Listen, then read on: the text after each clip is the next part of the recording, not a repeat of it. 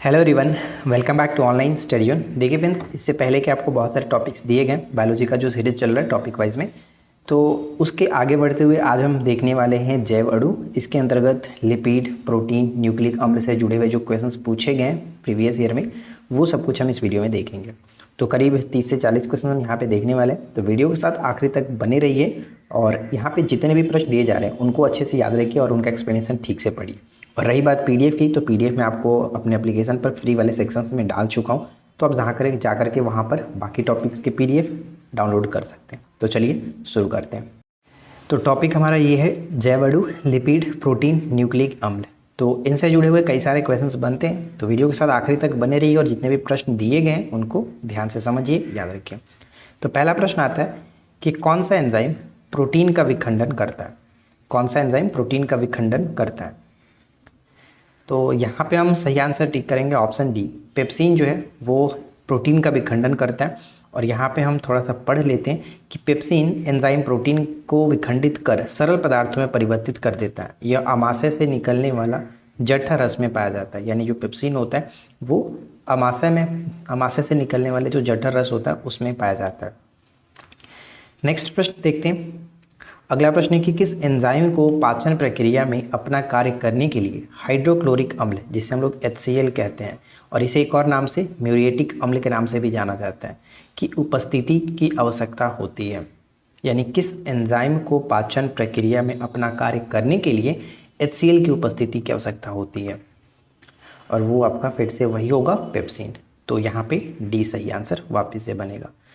देखिए, अच्छे से पढ़ेंगे समझ में आएगा कि पेप्सिन एंजाइम को पाचन क्रिया में अपना कार्य करने के लिए HCl की उपस्थिति की आवश्यकता होती है।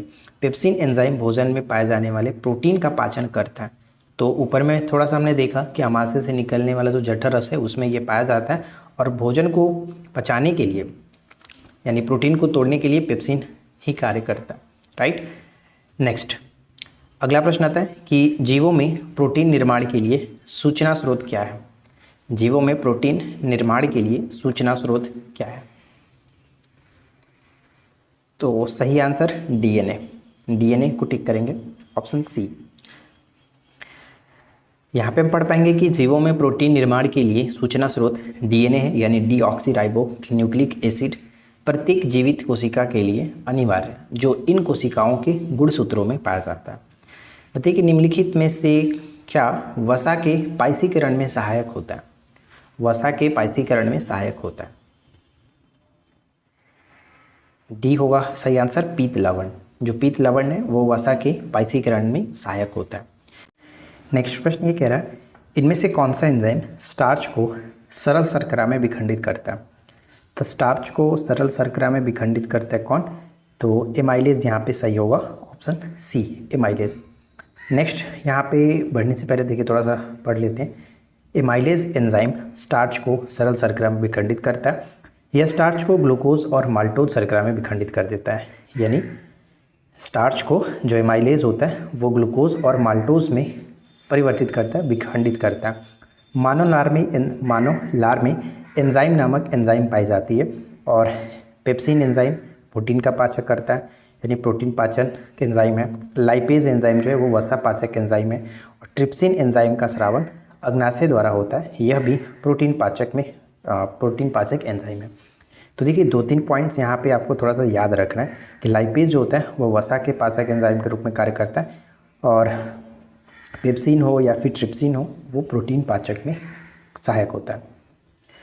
नेक्स्ट वन आता है कि प्रोटीनों के एमिनो अम्ल में जटिल कार्बोहाइड्रेट के ग्लूकोज में और वसा अम्लों और ग्लिसरॉल में अंतिम रूपांतरण के लिए जिम्मेदार एंजाइम किसमें उपस्थित होता है? तो आंत रस में उपस्थित होता है, बी सही आंसर टिक करेंगे। यहाँ पे हम अच्छे से पढ़ पाएंगे इसके बारे में।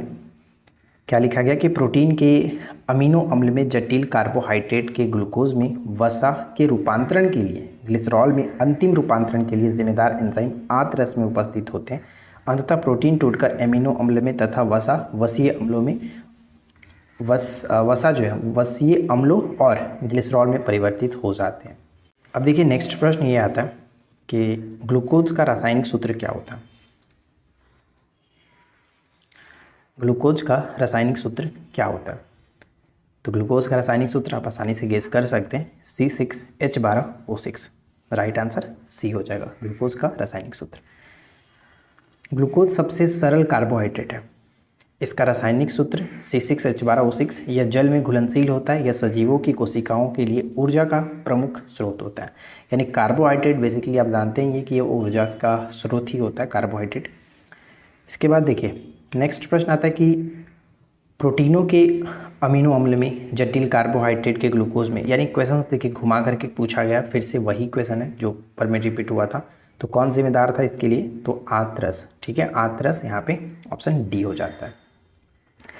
प्रोटीनों के अमीनो अम्ल में जटिल कार्बोहाइड्रेट के ग्लूकोज में और वसा के वसीय अम्लों और ग्लिसरॉल में अंतिम रूपांतरण के लिए एंजाइम जो होता है वो आंत्रस में उपस्थित होता है। आंत्रस में विभिन्न एंजाइम जैसे लैक्टेज, इरिप्सिन, इमाइलेज पाए जाते हैं। ये हल्के पीले रंग का होता है।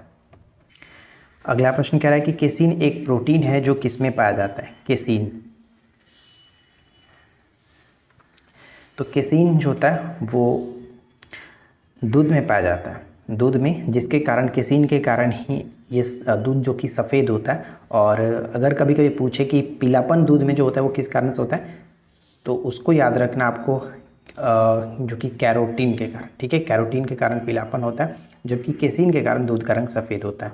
यहाँ पे हम पढ़ेंगे कि प्रोटीन अमीनो अम्ल के यौगिक होते हैं। प्रकृति में 20 या 22 प्रकार के अमीनो अम्ल पाए जाते हैं। प्रोटीन का संगठन कार्बन, ऑक्सीजन, नाइट्रोजन, हाइड्रोजन तथा सल्फर है। केसीन एक प्रोटीन है जो दूध में पाया जाता है। दूध का सफ़ेद रंग केसीन नामक प्रोटीन की उपस्थिति के कारण ही होता है। और ये क्वेश्चन कई बार पूछा भी गया है कि दूध का सफ़ेद रंग किस कारण से होता है, तो केसीन नामक प्रोटीन के कारण। और ऐसे भी पूछा सकता है कि केसीन क्या है, कार्बोहाइड्रेट, विटामिन, प्रोटीन, इस तरह से करके। तो याद रखिएगा कि केसीन एक प्रकार का प्रोटीन है। ठीक है, उपस्थिति के कारण होता है। जबकि गाय के दूध का हल्का पीला रंग जो होता है वो बीटा कैरोटीन के कारण होता है। अगला प्रश्न कह रहा है कि मानव शरीर की ऊर्जा आवश्यकताओं के मापन हेतु किस मापन इकाई का प्रयोग किया जाता है? तो मानव शरीर की जो ऊर्जा हम लोग मापते हैं कि इसको कितना ऊर्जा चाहिए, वो कैलोरी में मापा जाता है। ठीक है, कैलोरीज में, यहाँ पे ए हो जाएगा सही आंसर। कैलोरी ऊर्जा मापन की इकाई है। यह मापन की मीट्रिक पद्धति का एक अंग है। इसके संगत एसआई प्रणाली में अब जूल का प्रयोग किया जाता है, किंतु भोजन में निहित ऊर्जा तथा कुछ अन्य उपयोगों में अब भी कैलोरी का ही प्रयोग करते हैं। नेक्स्ट वन आता है कि निम्नलिखित में से कौन सा एक जैविक उत्प्रेरक है? जैविक उत्प्रेरक है तो एंजाइम होता है जैविक उत्प्रेरक, ऑप्शन ए। एंजाइम एक प्रकार का जैविक उत्प्रेरक होता है जो कि जैव रासायनिक अभिक्रियाओं के दर को बढ़ा देता है। एंजाइम उच्च अणु भार वाले नाइट्रोजन युक्त जटिल कार्बनिक यौगिक अर्थात प्रोटीन होते हैं। और इस प्रकार प्रोटीन की प्रकृति के ऐसे कार्बनिक पदार्थ जो जीवित कोशिकाओं में उत्प्रेरक का कार्य करते हैं एंजाइम कहलाते हैं। एंजाइम शब्द का प्रयोग जो कि सर्वप्रथम जर्मन फिजियोलॉजिस्ट विल्हेम कुहेन द्वारा किया गया था। ये नाम भी याद रखिएगा कि एंजाइम शब्द का प्रयोग सर्वप्रथम किसने किया, तो विल्हेम कुहेन के द्वारा किया गया था, जो कि जर्मन फिजियोलॉजिस्ट है। ठीक है, फलों में मीठेपन के लिए कौन सी शर्करा उत्तरदायी होती है?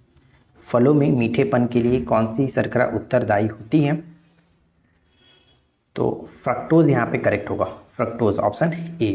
फ्रक्टोज या फिर फ्रूट शर्करा एक साधारण चीनी है जो कि स्वाभाविक रूप से फल, शहद और गन्ने में होती है, जो इनके मीठेपन के लिए उत्तरदायी होता है।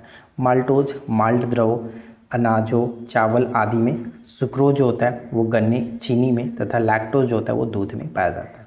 तो ये सब भी एक तरह से कह सकते हैं कि शर्करा के प्रकार ही होते हैं जो कि अलग अलग चीज़ों में हमें देखने को मिलता है। इसके बाद अगला प्रश्न कि निम्नलिखित में से कौन सा तत्व एक बहुमुखी तत्व है जो सजीवों और हमारे द्वारा उपयोग की जाने वाली कई चीज़ों का आधार बनता है? वो कौन सा है? तो कार्बन। यानी कौन सा तत्व जो है एक बहुमुखी तत्व है जो सजीवों और हमारे द्वारा उपयोग की जाने वाली कई चीज़ों का आधार होता है, वो कार्बन है। ठीक है, कार्बन।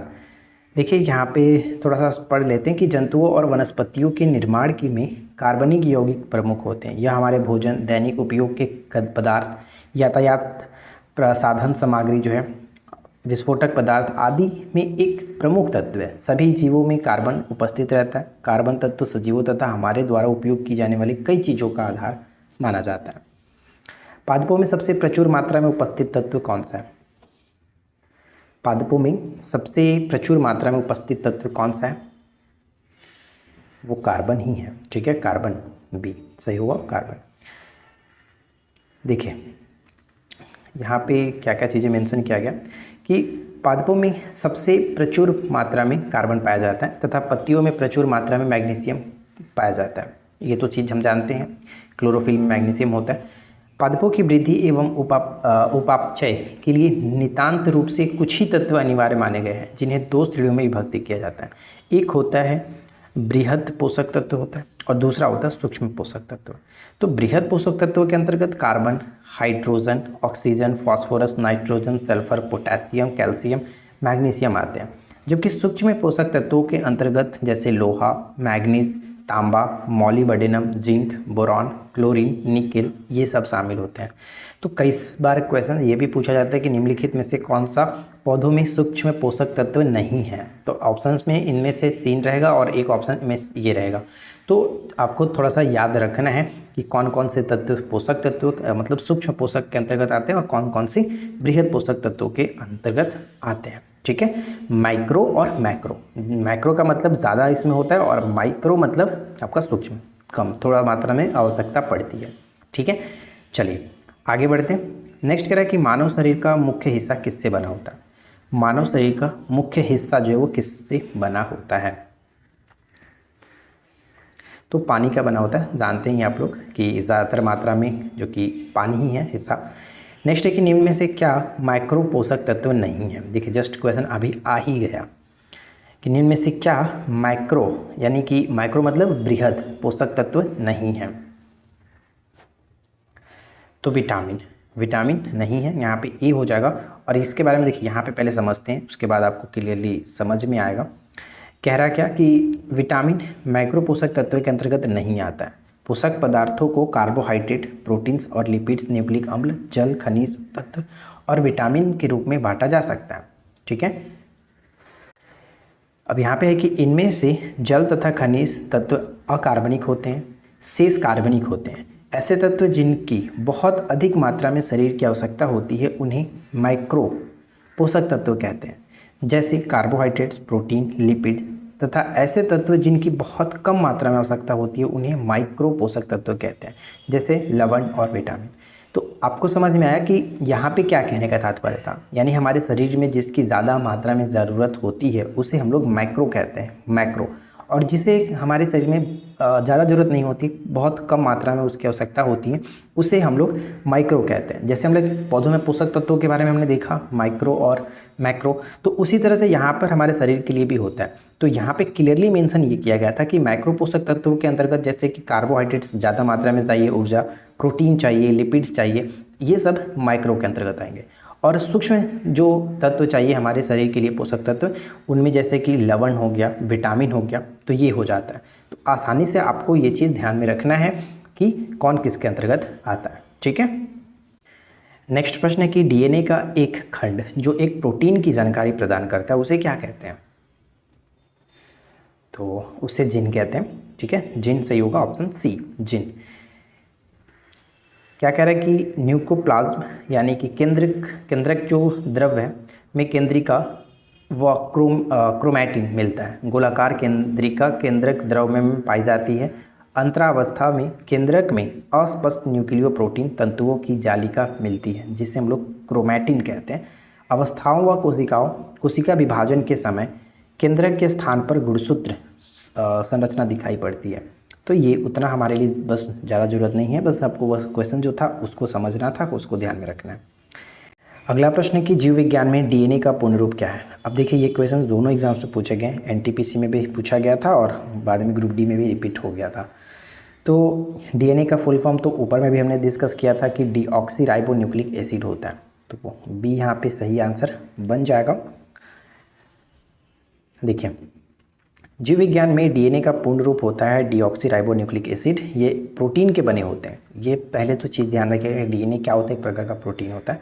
डीएनए आनुवांशिक लक्षणों को एक पीढ़ी से दूसरी पीढ़ी तक ले जाते हैं। कोशिका विभाजन के समय क्रोमैटिन जालिका के धागे अलग होकर कई छोटी और मोटी छड़ जैसी रचना में परिवर्तित हो जाते हैं। इसे ही गुणसूत्र कहते हैं। डीएनए अणु में कोशिका के निर्माण एवं संगठन की सभी आवश्यक सूचनाएं देती हैं। और अब यहाँ पे आरआरबी जेई में पूछा गया था कि अनुवांशिकी के संदर्भ में डीएनए का अर्थ क्या है, तो बस वही आपका मतलब डीएनए का फुल फॉर्म पूछे या फिर क्वेश्चन घुमा करके पूछे, राइट आंसर आपका हो जाएगा डी। अगला प्रश्न है कि बालों का रंग बताइए किसके कारण होता है। बालों का जो रंग है वो किसके कारण होता है। बालों का रंग मेलानिन के कारण होता है। त्वचा का जो रंग है वो भी मेलानिन पर ही डिपेंड करता है। देखिए यहाँ पे कि बालों का रंग मेलानिन के कारण होता है। मेलानिन एक प्राकृतिक रंगद्रव्य है, पिगमेंट होता है जो अधिकतर जीवों में पाया जाता है सिवाय मकड़ी को छोड़ करके। जीवों में मेलानिन का सबसे अधिक पाया जाने वाला रूप जो कि यूमेलानिन है, जो कि काले भूरे रंग का होता है। ठीक है, नेक्स्ट वन है कि प्रोटीन संश्लेषण में क्षार इवेंट से एक किसका निर्माण होता है। एमआरएनए प्रति का निर्माण होता है, एमआरएनए प्रति। अगला प्रश्न ये है कि प्रजनन के दौरान मूल्य कार्य एक किसके निर्माण करना होता है। प्रजनन के दौरान मूल्य कार्य जो है वो एक डीएनए कॉपी का निर्माण करना। ठीक है, डीएनए कॉपी का निर्माण करना होता है। अब अगला प्रश्न ये है कि एंजाइम मूलतः क्या होते हैं। बताइए कि एंजाइम मूलतः क्या होते हैं। तो ध्यान रखें ना कि एंजाइम एक प्रकार का प्रोटीन ही होता है, ज़्यादा कुछ नहीं, बस प्रोटीन होता है, ये याद रखेंगे। नेक्स्ट पॉइंट है कि डीएनए अनुक्रम में जीन को चिन्हित करने की प्रक्रिया को क्या कहा जाता है। डीएनए अनुक्रम में जीन को चिन्हित करने की प्रक्रिया को क्या कहा जाता है, तो उसे एनोटेशन कहते हैं, एनोटेशन, ऑप्शन सी। नेक्स्ट है कि प्रोटीन की जानकारी प्रदान करने वाले डीएनए के भाग को क्या कहा जाता है। प्रोटीन की जानकारी प्रदान करने वाले डीएनए के भाग को किस नाम से जानते हैं, तो उसे जीन के नाम से जानते हैं। ठीक है, जीन के नाम से जाना जाता है। सब कुछ अच्छे से क्लियरली यहाँ पे मेंशन है कि प्रोटीन की जानकारी प्रदान करने वाले डीएनए के भाग को जीन या फिर वंश कहते हैं। जीन डीएनए के न्यूक्लियोटाइड का एक ऐसा अनुक्रम है जिसमें सन्निहित कूटबद्ध सूचनाओं से अंततः प्रोटीन के संश्लेषण का कार्य संपन्न होता है। यह आनुवंशिकता की एक मूलभूत इकाई है। अगला प्रश्न है कि निम्नलिखित में से क्या डीएनए का एक हिस्सा है जो कि एक प्रोटीन के लिए जानकारी प्रदान करता है। तो अभी क्या हमने देखा, अभी जीन के बारे में यानी वंश के बारे में पढ़ रहे थे, तो ऑप्शन डी हो जाएगा। आरएनए का पूर्ण रूप क्या होता है। जिस तरह से डीएनए का पूर्ण रूप पूछा जाता है उस तरह से आरएनए का पूर्ण रूप भी पूछा जाता है। देखिए पूछा गया है तो राइट आंसर बन जाएगा राइबो न्यूक्लिक एसिड होता है। ठीक है, ribonucleic acid, option C हो जाएगा। यहाँ पे क्लियरली है कि आरएनए का पूर्ण रूप राइबो न्यूक्लिक अम्ल होता है। आरएनए एक या एक से अधिक न्यूक्लियोटाइड से बना एक पॉलीमेरिक अणु होता है। एक न्यूक्लियोटाइड में एक नाइट्रोजनीय क्षार, एक राइबोज शर्करा तथा एक फॉस्फेट शर्करा होती है। इसमें पिरिमीडियन थायमीन के स्थान पर यूरेसिल होता है। जब डीएनए और आरएनए को अच्छे से आप पढ़ोगे तो वहाँ पे आपको ये चीज़ समझ में आएगा कि थायमीन क्या है, वो आपको क्लियरली वहाँ पे पता चलता है। नेक्स्ट प्रश्न आता है कि मानव शरीर में सबसे प्रचुर मात्रा में मौजूद तत्व कौन सा है।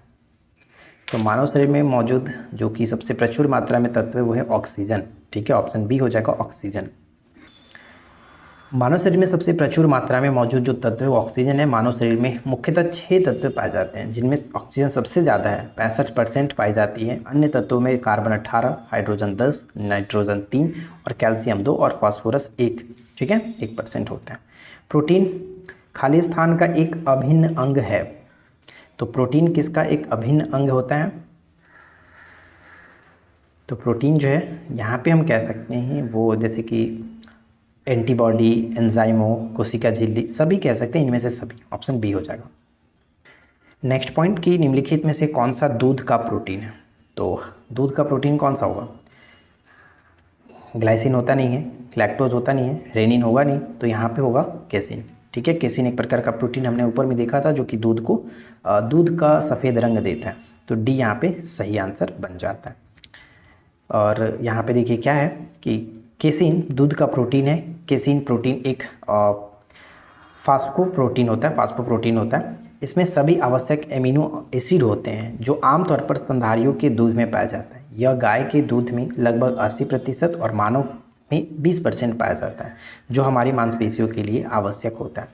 तो यहाँ पर हमारा ये जो टॉपिक था जैव अणु वो कंप्लीट होता है और इसके बाद हम आनुवंशिकी के बारे में देखेंगे तो उम्मीद है कि ये वीडियो आपके लिए हेल्पफुल रही होगी। वीडियो पसंद आया हो तो लाइक एंड शेयर ज़रूर करके जाइएगा, और चैनल पर पहली बार है सब्सक्राइब कर लीजिए इस तरह की रेगुलर टॉपिक वाइज वीडियो देखने के लिए, बायोलॉजी को अच्छे से समझने और अच्छे से क्वेश्चंस को करने के लिए।